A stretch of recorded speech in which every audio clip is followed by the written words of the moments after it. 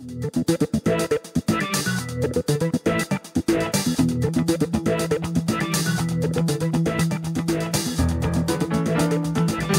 are listening to the SDSU Football Podcast, presented by the East Village Times, with your hosts Andre Hagverdian and Paul Garrison. Welcome, listeners, to another episode of the SDSU Football Podcast. I'm Andre Hagverdian, joined as always by Paul Garrison. Today's episode features an interview with Jacob Rabb, who was on the San Diego State football team as a long snapper for the past 2 seasons, after he finished 2 seasons at Saddleback College in 2018 and 2019 as their long snapper. Rabb was the snapper on the field goal unit in 2021 and has decided to not continue playing football for San Diego State in 2022. This was one of our favorite interviews, definitely our longest interview to date so far in our podcast history. We had a great discussion with Jacob about a lot of different topics, obviously including the San Diego State football team, past and present, and hope you guys enjoy it. Jacob, welcome to the SDSU Football Podcast. How are you doing today? I'm doing well, man. Thank you for having me. I really appreciate it. So, your time on the Aztec football team came to an end. You're not on the spring roster. Believe you had an extra year of eligibility. What went into your decision-making, and what are you up to now? What went into my decision-making? Honestly, I enjoyed my time with all the guys on the team. I enjoyed my time on the field. I enjoyed my time in the locker room. I was super close to everyone on the team. But throughout the season, there was just some things that didn't go my way, and I felt, it should have gone my way, but because it didn't, it just kind of mentally wasn't ideally the best mindset for me to be in, which kind of threw me off. So it kind of took away from my enjoyment of the game. That kind of started to hit me midway, 3/4 into the season, and then I just, I felt it was best to really focus on just graduating this spring and figuring out what I want to do career-wise. But as of lately, my options are open. I still have another year of eligibility plus a COVID year. So snapping is definitely something I'm eager to get back into. So I'm definitely thinking about that lately, but that's basically my process. And then what I've been up to lately is just working. I actually work with Dom Gadino, which is pretty cool. Got a little part-time gig right now, but at the same time, just trying to figure out what I want to do career-wise. Now, if you did decide to go back and play, would that be at San Diego State, or would that be considering a transfer to another program? Realistically, I love San Diego State. That's the best program that wanted me, and I felt was the best fit coming out of Saddleback. But realistically, I feel like it'd be best for me to go a different route due to the fact that the way things are going with the program, I don't see how my situation could change. Even if I do continue to get better, which I just don't see that changing. Now, so you're a long snapper, as you mentioned. I'll be honest, I wasn't truly familiar with the fine art of long snapping and the expertise and the craft that went into it. Of course. Until last year when I interviewed Ryan Wintermeyer, who had committed to San Diego State, and I wrote a feature article on him.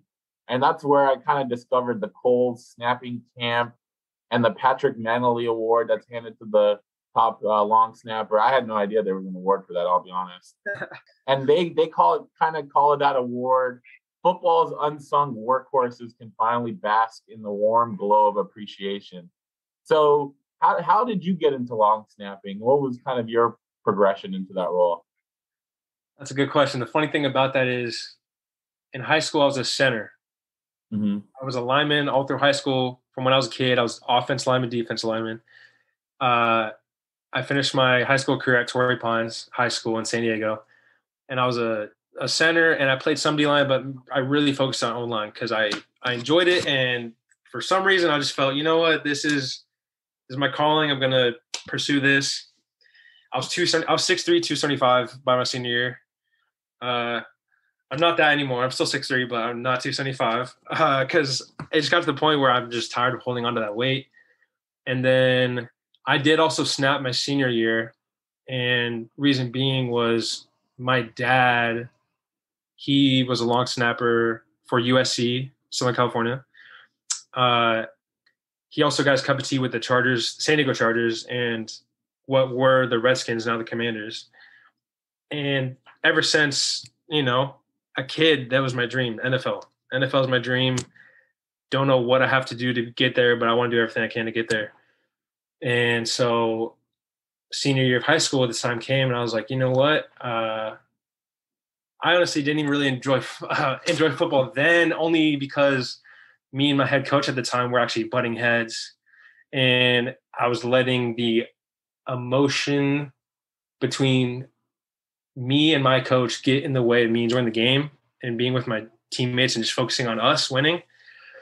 And so I was also tired of holding on to the weight, because in my head, I'm like, look, I'm 275 right now. If I want to go D1, play football at alignment, I have to be at least 300, 315. Because I can move for my size, but I did not want to gain any more weight. I'd look at myself in the mirror and I'd just be like, bro, like, why did you let yourself get to that? And then second semester, my last semester of senior year, I cut weight because I started playing basketball. Because basketball, I love basketball. It's my second favorite sport to watch, my number one sport to play, honestly, because it's just everyone could participate, everyone could score. I dropped 50 pounds. I dropped to 225 by May of that year. And then I started missing football again. And I was like, you know what? Screw it. I'm going to go after long snapping. My dad did it. He may not have gone personal training with me at all. I never did personal training myself, but he always gave me the tools of what I have to do. And was like, here it is. You have to go do it for yourself if you really want to do it. So did that, went JUCO. And then, that was back in 2018. So 2018 up until now, I've been a long snapper. Now, there's a long history of good long snappers at State. Turner Bernard, Aaron Brewer, Jeff Overbaugh. Does SDSU put like a premium on recruiting long snappers, or why is it that so many long snappers kind of come to the program? Honestly, I feel like there isn't a better special teams coach than Coach Deke, in the aspect of, one, he's young, he's relatable. Two, he's a player's coach. Three, he will do anything at any time of the day, not just for you as an individual, but to learn about what you need to get done to get better, and then put that in his own coaching so that it becomes less of him getting frustrated at you and more you guys are working together. It's not, he doesn't leave you on an island to figure out yourself. He helps you work together so that you guys can figure out together.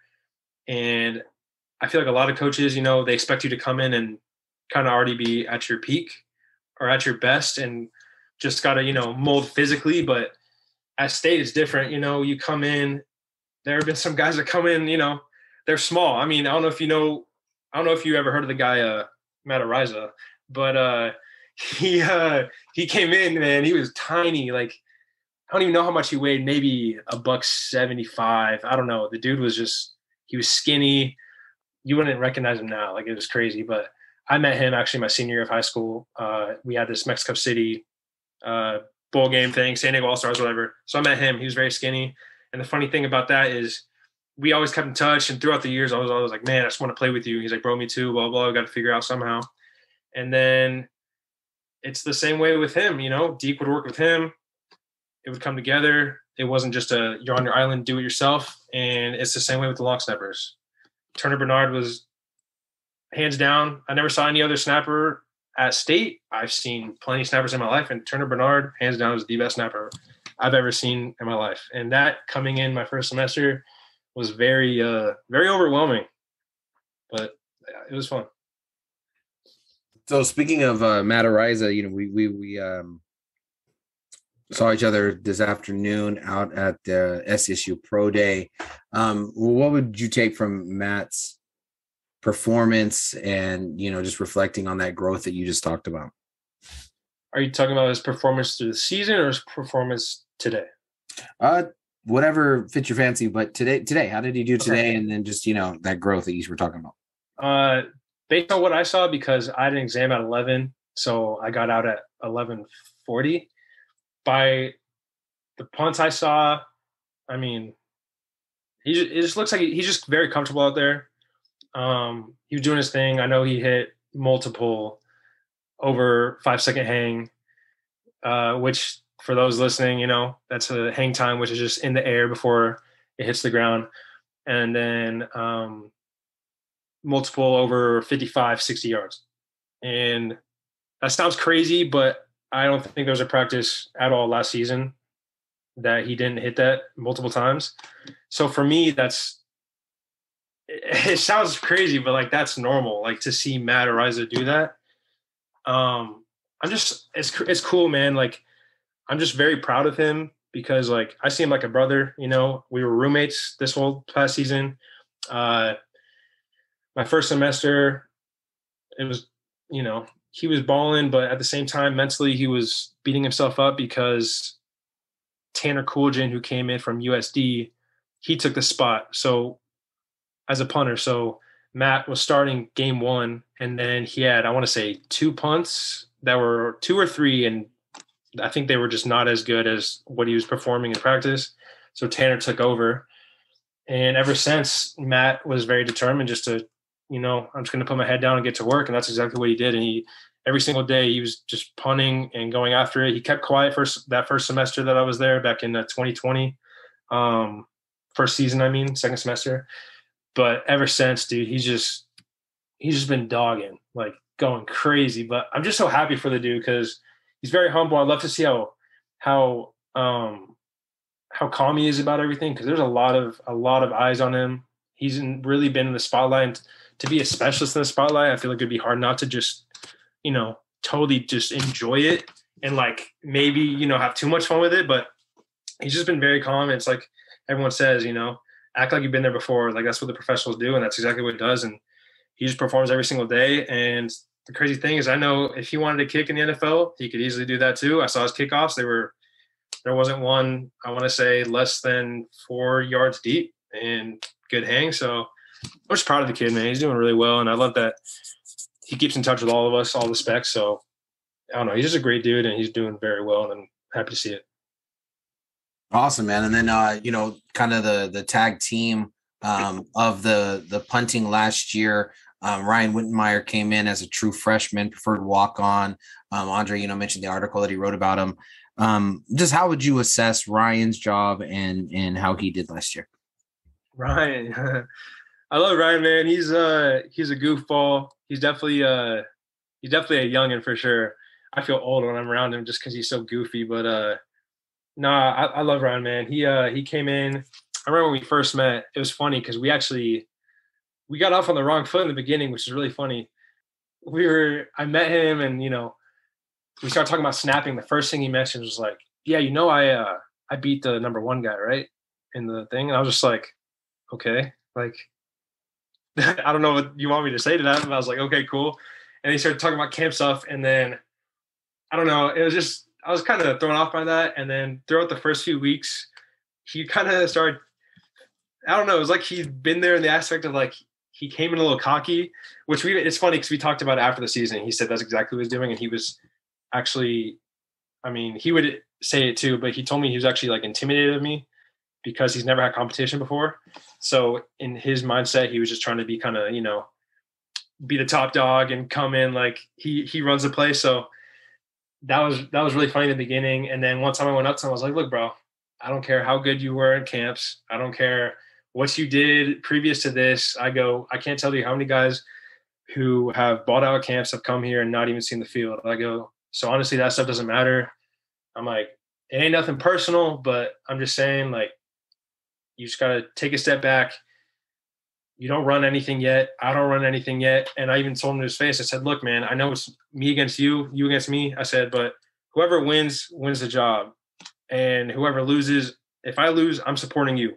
If you lose, I know you're supporting me. So we're here together. We're going to do this together.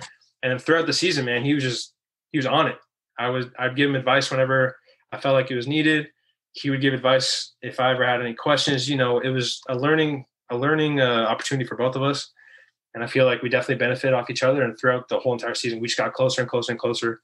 And to this day, I'll see him here and there. And we just, every time, we're super excited to see each other. And, he's 18? Like, the kid is young, and he already started think about that, dude. Like, he started a whole season at 18 years old as a long snapper and then gets a scholarship. Like, I'm proud of the dude. His future is very bright. And, I'm excited to see what he does. And he got us in on some tackles too last season. Like, it wasn't just Matt, it was also Ryan. So, it was really good to see. And I was happy to be there with him and, kind of be a big brother to him if possible. So we asked a few of your former teammates about you, and they spoke about your infectious enthusiasm and energy, how you're the first person to celebrate a touchdown. Where does that energy come from, and what does it mean to hear that from your teammates of how they speak so highly of you? First of all, that's cool. That's really cool because, I love all my teammates. I would do anything for them, no matter what day it is, what time, whatever I'm doing. If they need me, I'll be there. And I know they would do the same for me. That's really cool. I love hearing that. Cool. I'm sorry, that took me off for a second. That's cool. And if you're in the game of football, it's selfless. Nothing about it is selfish. I was a lineman, like I said, and also a long snapper. You know what it's like to get zero notoriety.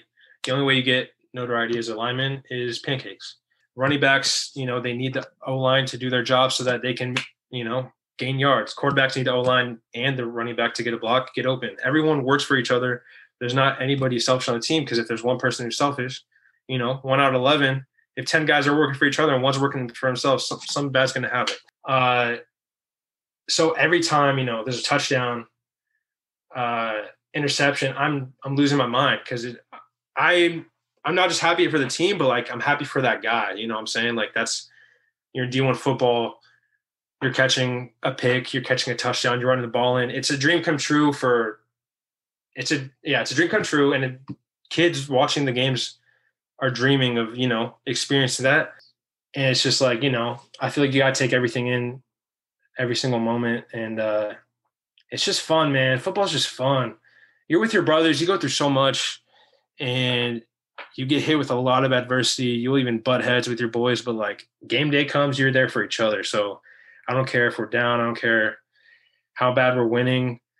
You got to enjoy every single win, every single moment. And touchdowns, man, it's just fun, dude. It's just cool. It's cool. And then I get to snap after, you know what I'm saying? Help with an extra point. I don't know. It's just fun. I love all my boys. I was close with a lot of people on the team. So that's really cool. Yeah, it's a lot of fun. Speaking of touchdowns, you actually got to snap for an actual touchdown this year on a fake field goal that Jack Browning ran in. I'm curious, as the snapper, do you snap the ball any differently when you know it's going to be a fake compared to, it's going to be a kick? Or does it not matter? Honestly, no. You snap it the exact same. First of all, against Hawaii, man, that was amazing. Jack Browning, also a freshman. Dude, just that, honestly, everyone knows Jack Browning was my best friend on the team. We connected from day one, and I also knew him because he was at Grossmont. But I was just so happy for him. That was so fun. But when you're snapping it, no, you just act like it's a normal snap. You don't want to overthink it, because if you think too hard, something will likely, if you think too hard, you're going to mess up most likely. Just keep doing what you're doing. Keep that same muscle memory. And, if anything, maybe just a little less speed. But other than that, no, just put in the same spot, because, you don't want to get comfortable doing something opposite than what you do all the time. So just same rhythm, but you never want to give off that anything's going to be different. So just basically everyone does the same thing. There's a rumor going around that you're also an amazing punter. Is that true that you're a double threat as a snapper and a punter? Oh my gosh, that's funny. I was talking about that today with Matt and Jack. Yeah, dude, that would be cool, but no, that's literally impossible. But punting, man, I don't know. I think just after a lot of time of watching Matt, even though I'm a righty, he's a lefty, I would just ask him different questions about the way to drop it, the way you have the nose just a little bit inside, the way you release it. It was, I don't know. It was like for a while I wasn't getting it, and then there was one day it just clicked, and I was hitting turnovers is going 35 yards at least, which ain't nothing, but like to me as a long snapper, like it is cool. And then I promise you, they could vouch for me too, all the specs. Thank God none of the other coaches saw this because they probably would have yelled at me for punting the ball. But I was on the grass field, which is right next to the turf field, and we were on the sideline, and I hit 4 or 5 balls back-to-back consecutively, turnovers from one sideline to the other sideline. And Matt was just losing his mind. He was like, dude, what are you doing? And then they're like, no way you do it again. And I was like, I'll try. And I'll just, try to relax and just drop and kick. And every time, bro, that's such a good feeling. It's cool. It's like when you snap a perfect ball, it's just that nice release. Like when you shoot a 3-pointer, you know what I'm saying? Like, it's going in. It's a great feeling. Or when you hit a ball off a bat, right off the barrel, it's a beautiful feeling, and it's cool, man. I was like, dang, maybe I should, take a gap year and become a punter for a year. It was fun, man. No, you're using a lot of like really athletic analogies. Mm-hmm. Andre and I asked questions. So those experiences of shooting a basketball perfectly, of barreling up a ball, these are things we've seen on YouTube. Not really sure, not exactly how those feel. So there's a couple of times last year. I don't want to speak for Andre, just for myself. I got you. There's a couple times last year where some announcers and different people were making just a big idea of that the snap was coming down and they wouldn't spin the ball. And the laces were in instead of being out, and Ariza missed some field goals. Is getting the laces in the right spot? Is that something that is the holder's responsibility, or is that something that the center needs to make sure handles the right way? It's a mix of both, but majority you want to be snapping it consistently to where you don't have to spin it. So there are multiple snaps where I would feel that I'd snap it. It's a feeling that you can't really describe. You have to experience it. But I'd snap it, and there were multiple times where I was like, damn, I pushed it too much, or I released a hair too late or something. And it would just be either just inside or a little bit too far out. You want that consistent, same rhythm, same routine, so that all the holder has to do is catch and set the ball down. Laces are already out for the kicker. And then, there was a time where Jack got sick, and I forget which game it was. It was a home game. I want to say it was Nevada. I really don't remember. But Delgado had to fill in for him holding, and I guess it's on me for not having my snaps were just a little off, maybe half or even laces it back. But I know Delgado, it's his first day. I can't, he's got pressure on him, catch, and he would just set it. He wouldn't even try to turn it. And I think it could have just been from the pressure in his head. He was probably just thinking, catch it and put it down. Matt will do what Matt does. So, I'll take blame for, not getting that correct spin during some of those snaps. But,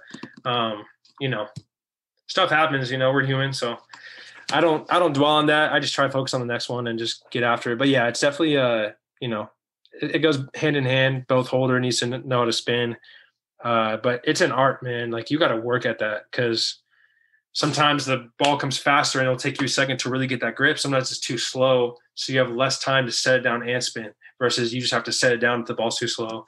Or if it's fast, get that right grip, and then, you have enough time to get that spin and make sure the laces are out. But hopefully what a holder and a kicker wants is they want the laces to naturally be out. You've touched on many of them already, but could you give us a little bit of a scouting report on David Delgado and Colin Hopkins? David, man. Yeah, absolutely. I'll talk about David first. David's he's good, dude. People don't realize that, because if you look at him, the kid's small, okay? He's probably 5'9". He probably wants to say he's 5'11", but I think he's 5'9". And let's say 5'10", whatever. The dude's small. I want to say he's 170 now. But he can kick. And what sucks is that, believe it or not, last spring he had the highest percentage out of everybody for field goals made. And then as summer workouts and the fall camp happens, he got a hernia. Therefore, he couldn't, progress into kicking.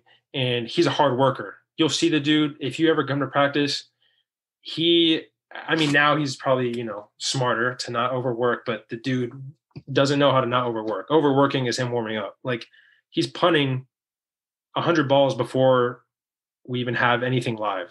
Like, he just goes. But I believe he has a bright future. He can kick very well.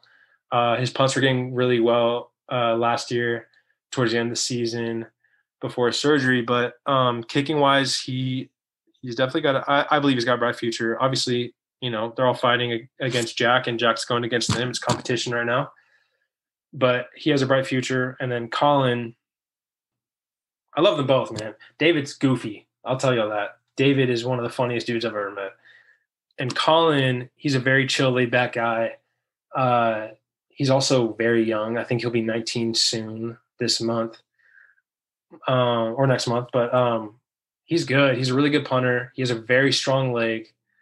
His biggest thing he needs to just get better at would be the tempo of catch to kick.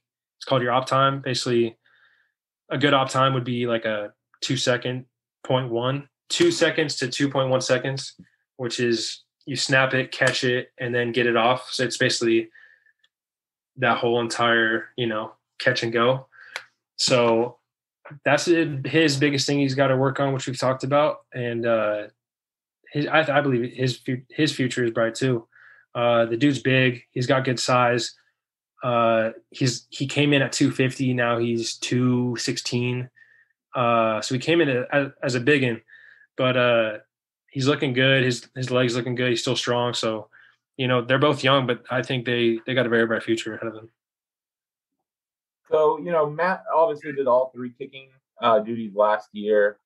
We had Coach Deacon on our latest episode of the podcast, and he talked about how, Jack is probably the front runner in all three at the moment, but, and that's not necessarily their preference to have one guy do all three again, but, they think Jack can do it if that's the decision they make. What are your thoughts on someone doing all three, and, if Jack is the right person to also do that again this year?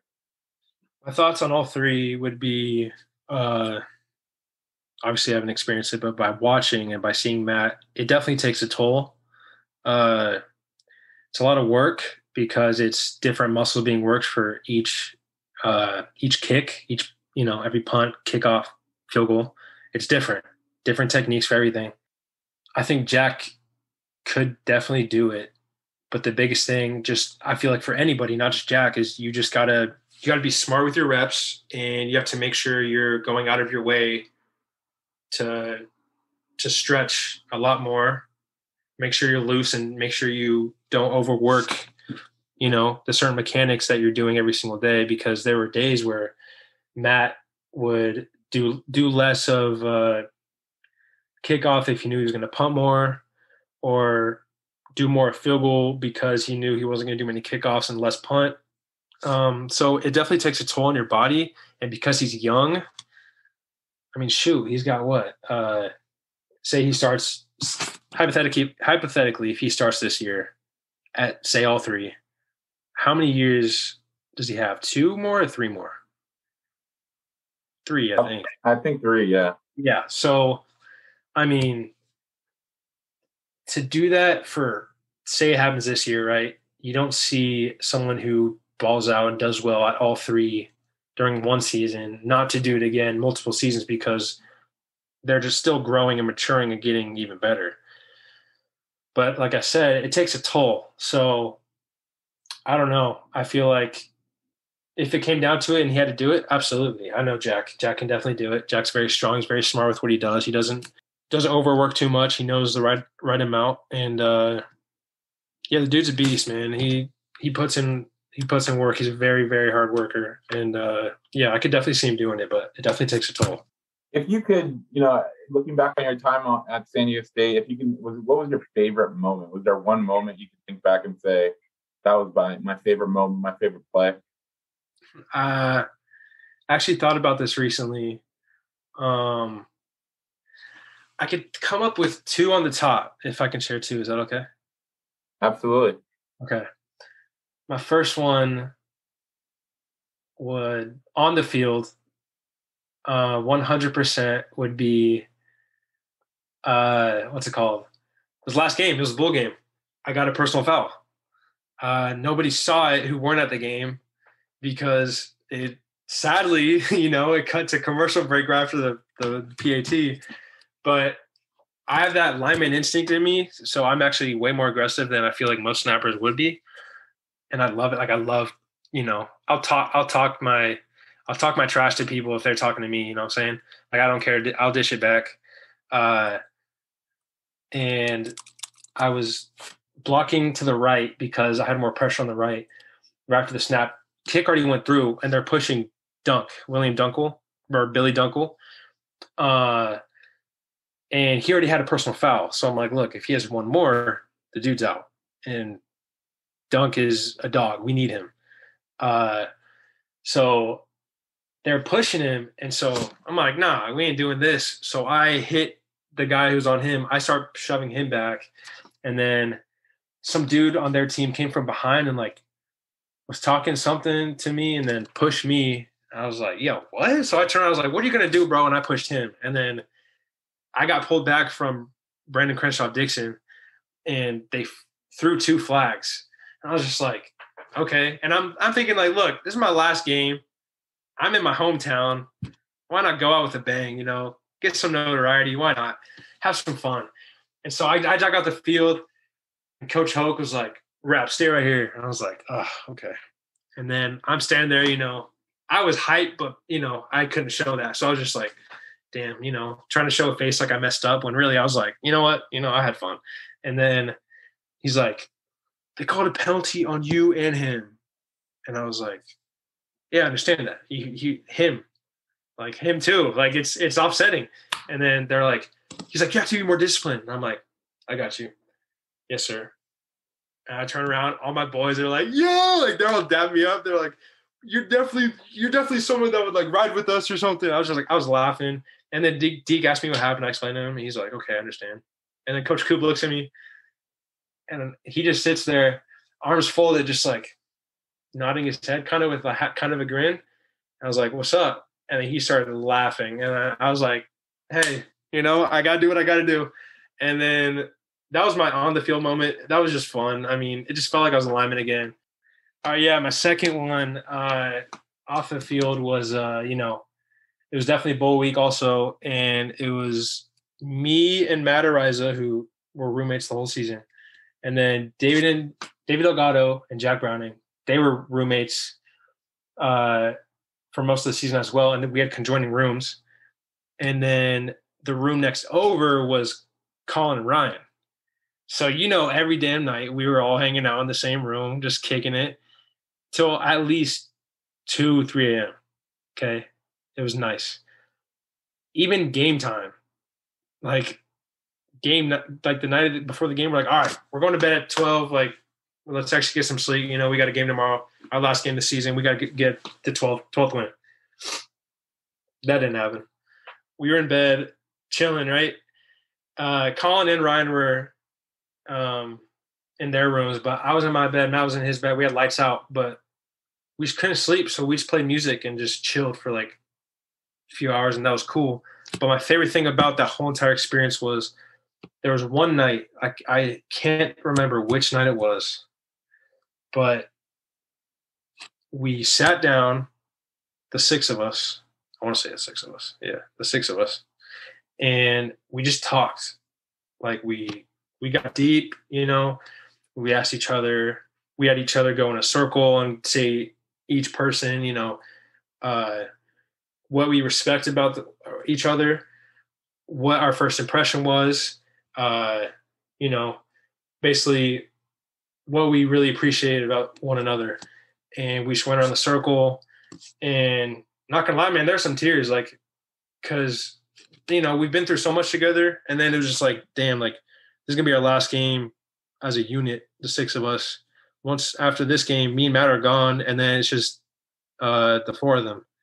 And I don't know. It was really cool because I feel like, I was even talking with Paul earlier. It's just, I feel like it's stereotypical for men to keep in their feelings, keep in, what they feel, and don't want to express because, it's not manly to express how you feel. It's not manly to tear up over stuff, blah, blah, blah.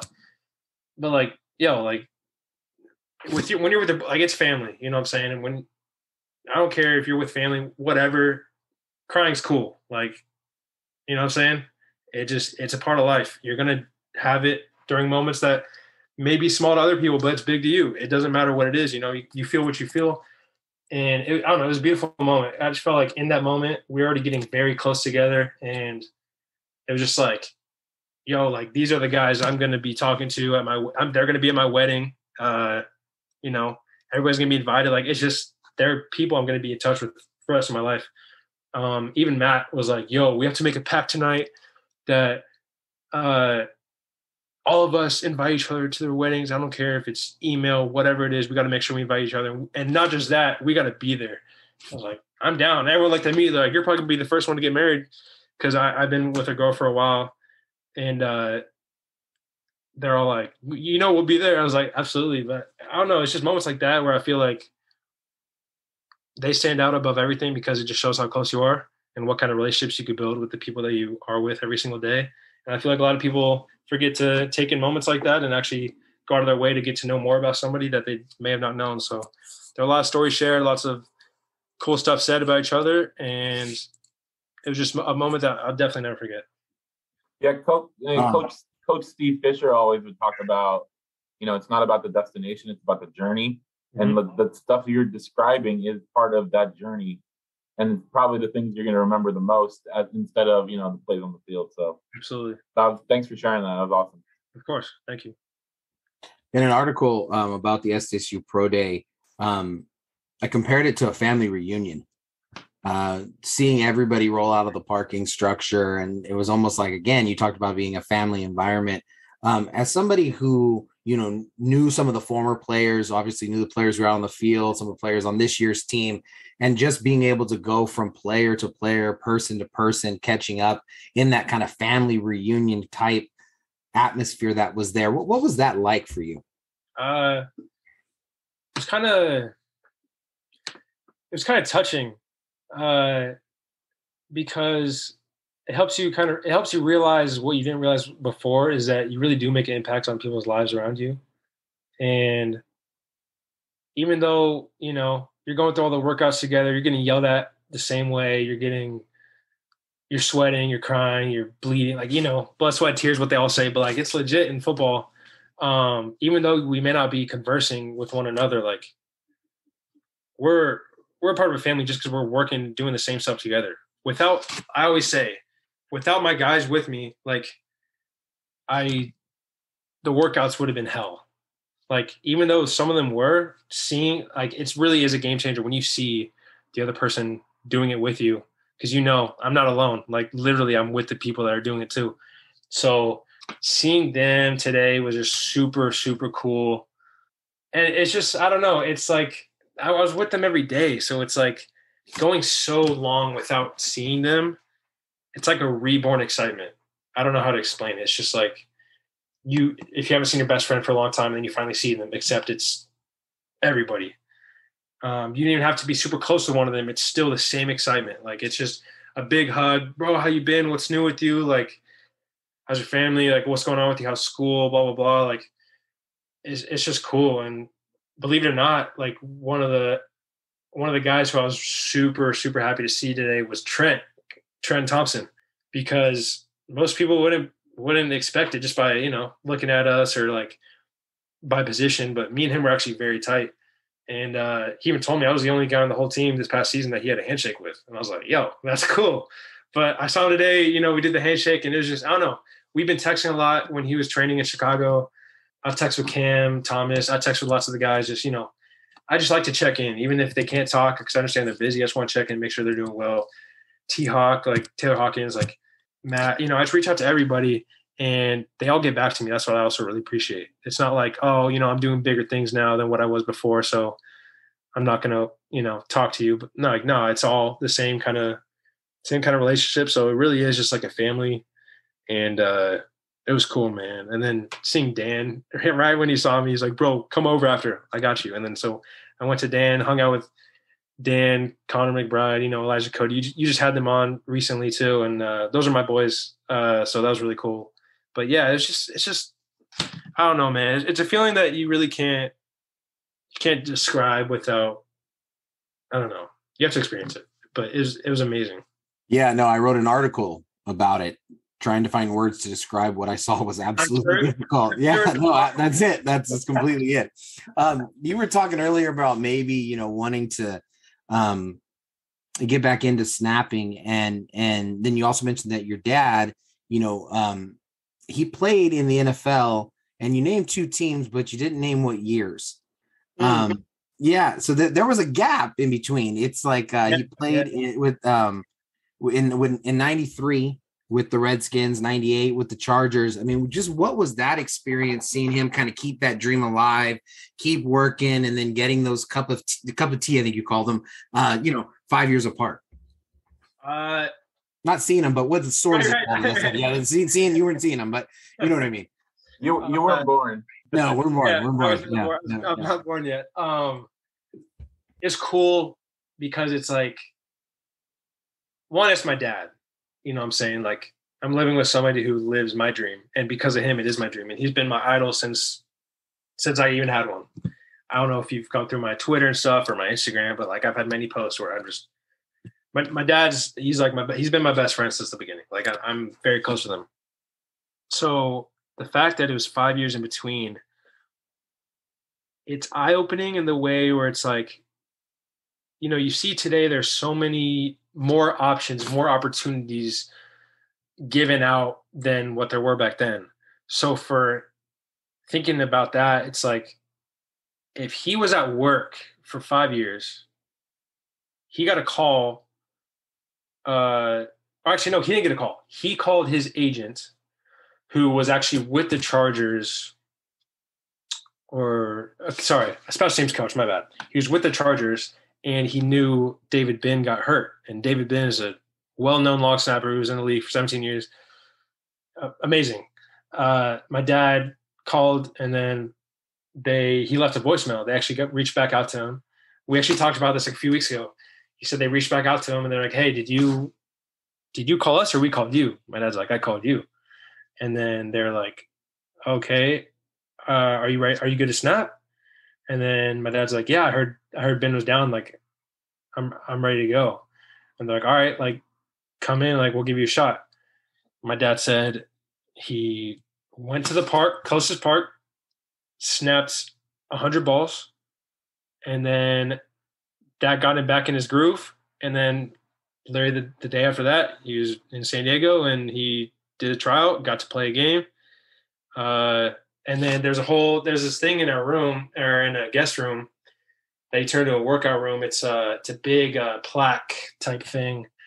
And it's super cool. It's got pictures of him at the Chargers. I think they were playing the Seahawks at the time. And it's funny because like his cleats just look like old man shoes. Like it's like old New Balances that people call grandpa shoes today that are actually coming back in style, which is pretty funny. But there was a picture of him with his guys. They're like laughing. A picture of him like in his stance going down to snap the ball for punt. And then just another one, I think, of him stretching or just looking off to the side. But like there's also an article with it talking about him. And it's just a super cool setup. Like if I had it with me, I'd love to show you. Like it's super cool. I don't know, man. Like I don't really know how to, like, it's super cool and it's fascinating, and I'm very proud of him, like it's weird because I'm his son, but like I'm proud of him because his growing up, the way he grew up, it was very it was not how anyone would want to grow up. He didn't really grow up. He grew up without a dad, lived in very poor area at the time, kind of fended for himself, him and his older sister. And, his journey was pretty crazy. So I'm very proud of him. It was super cool. And I definitely I would tell him all the way up until this past season. I was like, just letting you know, like, I'm going to be snapping better than you and have a better career than you. Because it would be like, you know, I want to have that like motivation. I would use it as motivation. Like, if my dad could do it, like with all the stuff that he went through and having years apart, you know, who says I can't? And he would mess with me, be like, you know, you don't snap as good as me, right? I'm like, okay, all right, old man. But yeah, it's super cool. I still look at it all the time. Like I'll read it, reread it. It's really cool. No, man, that's great. I really, really appreciate you talking about the 90s as way back then. That was that was fantastic to hear. I mean, it was amazing. I bet he got to San Diego in a covered wagon. I mean, it was just his wow, the respect. I mean, because they really had to work, you know, to be able to get all the way to San Diego in the 90s.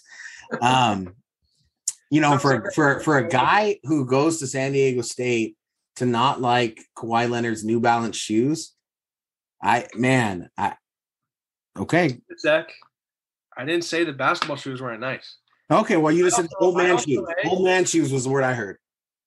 That's what people call them, but I never said I didn't like them. Oh, okay. They're nice. I can see you rocking them, Oh, Paul. bro, I'm like way too cool for that. I get Costco shoes, man. No. Yes, sir. Yeah, can't even do anything like that.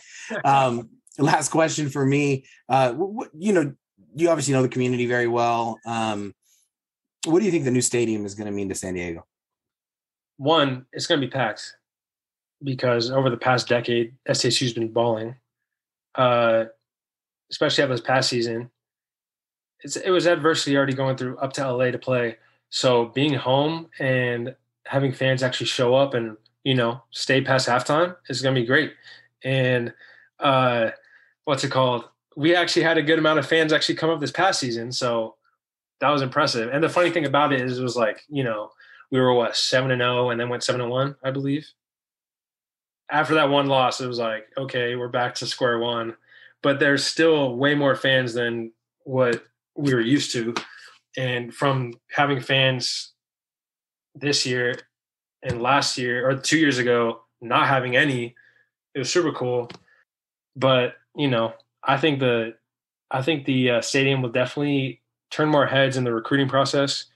And not just because it's in San Diego, but with a brand new stadium, who wouldn't want to be a part of that? Snapdragon, definitely an interesting name. It's pretty cool, but like, I don't know. I thought they would name like Aztec Land or Aztec something, but you know, I think it's gonna be cool. I like driving by and seeing it look all, you know, all done up. You see it coming together. It's gonna be super cool. So I think it's gonna be fun to watch the game. So hopefully, like what Connor McBride said, hopefully some teammates hook it up with some tickets. That'd be nice. There's no money coming from Aztec Land because Snapdragon is Qualcomm, right? They're dishing out a lot of money to San Diego State. So, you know, money talks. Money talks for sure. Yeah. All right. So you ready for your rapid fire questions? I know you've been doing your preparation, so we're expecting top-notch answers here. All right, let's do it, man. Favorite food?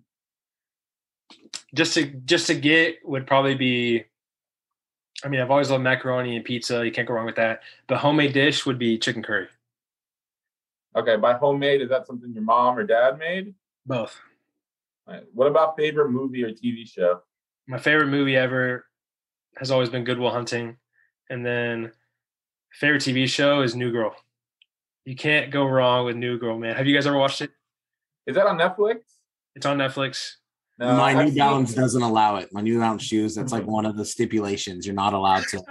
Yeah. You're goofy, bro. No, dude, it's hilarious.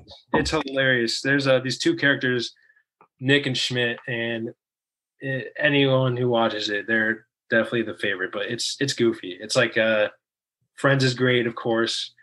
But I'm a weird guy. I like a lot of shows that, you know, you wouldn't expect a guy to say. I've seen Gossip Girl when I was young and I liked it. You know, to this day I'll say it's a pretty good show. One Tree Hill, you know, I've seen a lot of shows, and I don't care who claims it's what people should watch or what. A show's a show, and I enjoy it, but definitely New Girl is at the top. Favorite musical artist or group? Post Malone is my favorite artist. Country would be Luke Combs. Rock would be Metallica. And then I really enjoy like basically like what was shown at a halftime show, like Eminem, 50, Yeah. Snoop, all of them. Did you go to the Metallica show at Petco Park a few years ago? I didn't. That's funny because there's a crazy story. My brother and dad actually snuck into Comic-Con one year, and my older brother's disabled. He's born with a muscular dystrophy, and Metallica's his all-time favorite. Both him and my dad, and they snuck in, and they actually end up winning exclusive tickets to a Metallica like very hidden concert, and Bradley Cooper was there. Like multiple famous people were there, and they got to go. So that's cool. I don't know. I heard Pearl Jam is coming to VA in May. Really? Are you a Pearl Jam fan? Yeah. I like Pearl Jam. Yeah. I didn't know that. Yeah, I think my friend was telling me. I think it's on May 3rd or something. It's at VA House. So. Oh, no way. Yeah, I've been off social media for since last February, so I'm not in the loop of everything, but yeah, that's cool. And then favorite hobby outside of football? Hanging with my girl for sure. That's my best friend for sure. She's Venezuelan. She's beautiful. Had to throw that in there. She'll appreciate that. That's brownie points right there. It's brownie. I can't go wrong with brownie points. Just hang out with the guys. I love working out. Trying new food is always cool. You can't go wrong. Like my girl introduced me to Venezuelan food, which I love. It's actually my favorite food now. There's this place called Mipana. I don't know how to pronounce it. I'm a gringo, so it's in National City, and their food is very good, and it's definitely worth the drive. It's not too far out. It's really good. Hang out with the guys, working out, my girl, just hang out with the family. I like movies, but I'm not a big movie theater guy. I have to be in the mood for that. And I think it's because I'm tired a lot, so I fall asleep a lot, so it's not really worth the money. But I don't know. I'm always down to do whatever. Sweet. So those are your rapid fire questions. You passed. I appreciate that. And then could I ask y'all a question? Of course. Absolutely. All right. I came up with this on my own. Favorite food. And do you guys have a personal favorite Mexican spot? Taco shop spot?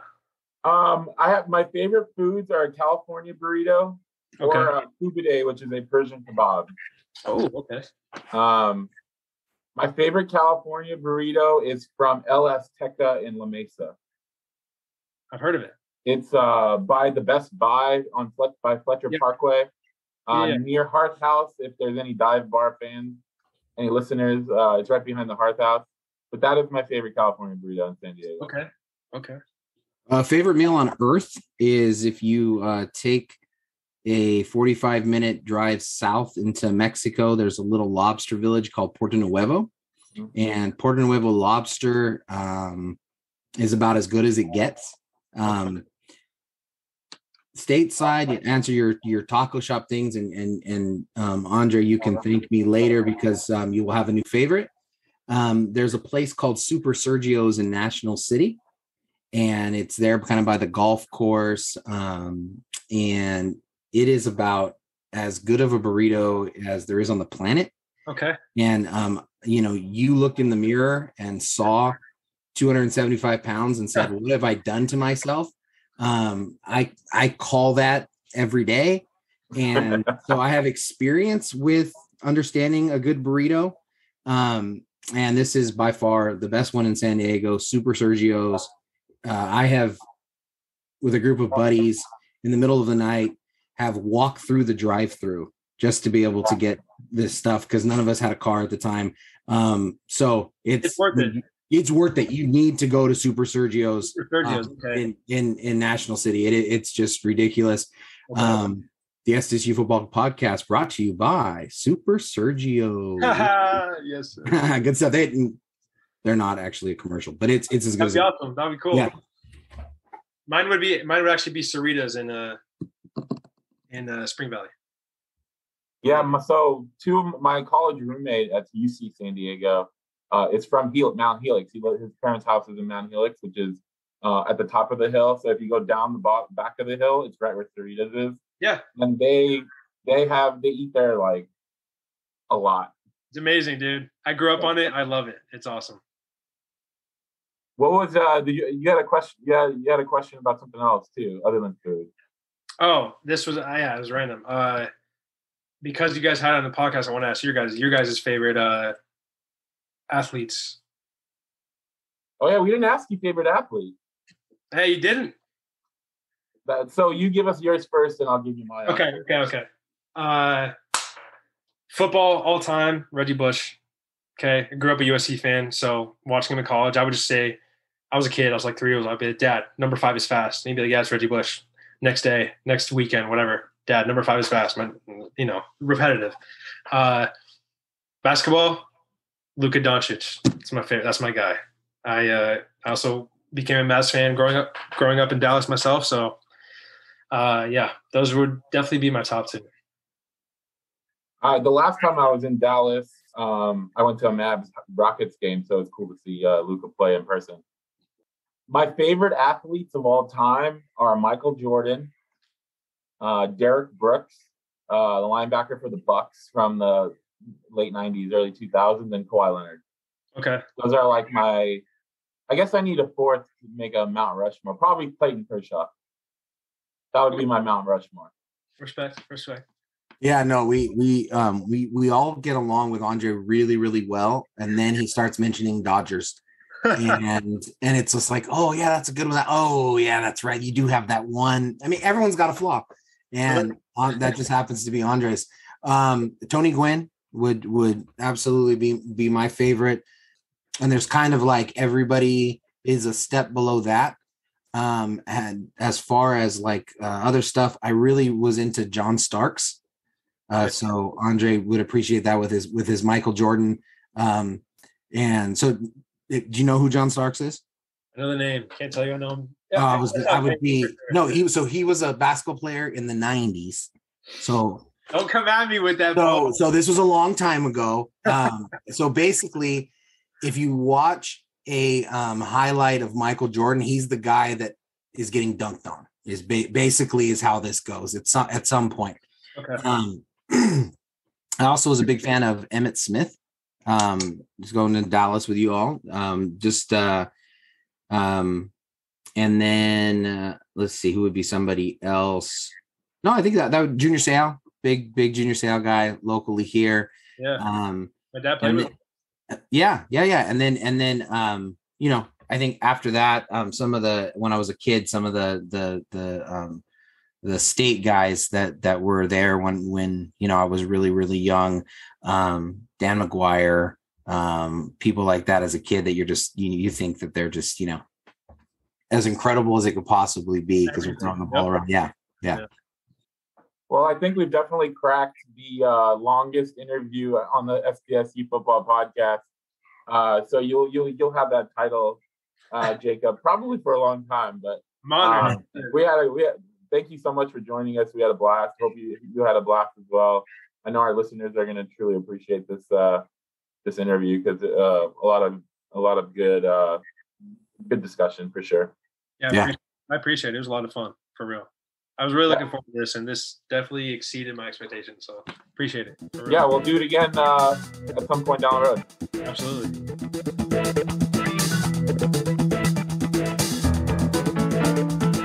You are listening to the SDSU Football Podcast, presented by the East Village Times, with your hosts Andre Hagverdian and Paul Garrison.